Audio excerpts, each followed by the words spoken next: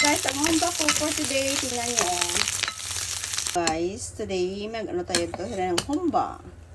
Yan, bago siya guys, silutuin, ano ko pala, i-blanch ko muna yung karne para makuha yung mga extra fats niya.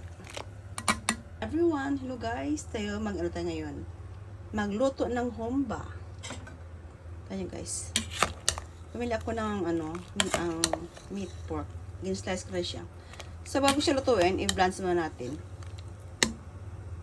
Pinapala guys, ano natin. Hugasan natin siya guys, maglutuin.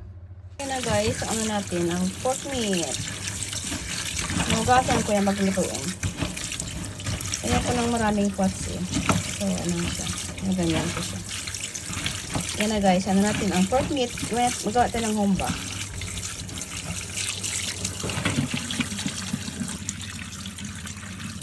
Yan ang humba guys.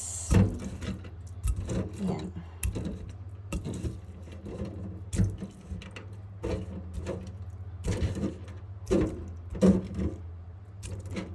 Okay.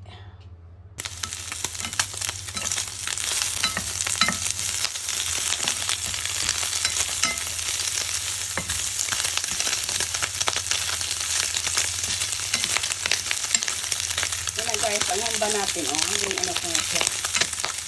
Then, prito sa sarili naman dito. Guys, habang nag-iinit tayo magprito ng ano natin, yung pork meat, mag-slice tayo ng onions para sa humba natin.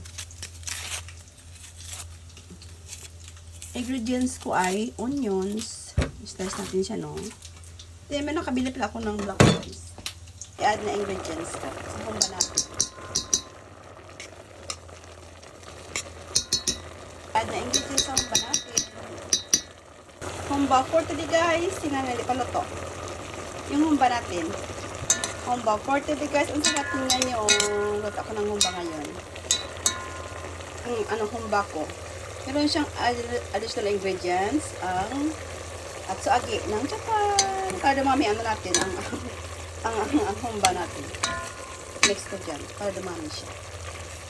Additional ingredients natin sa humba. Atsuagi na tofu, ilagay ko dyan para dumami siya.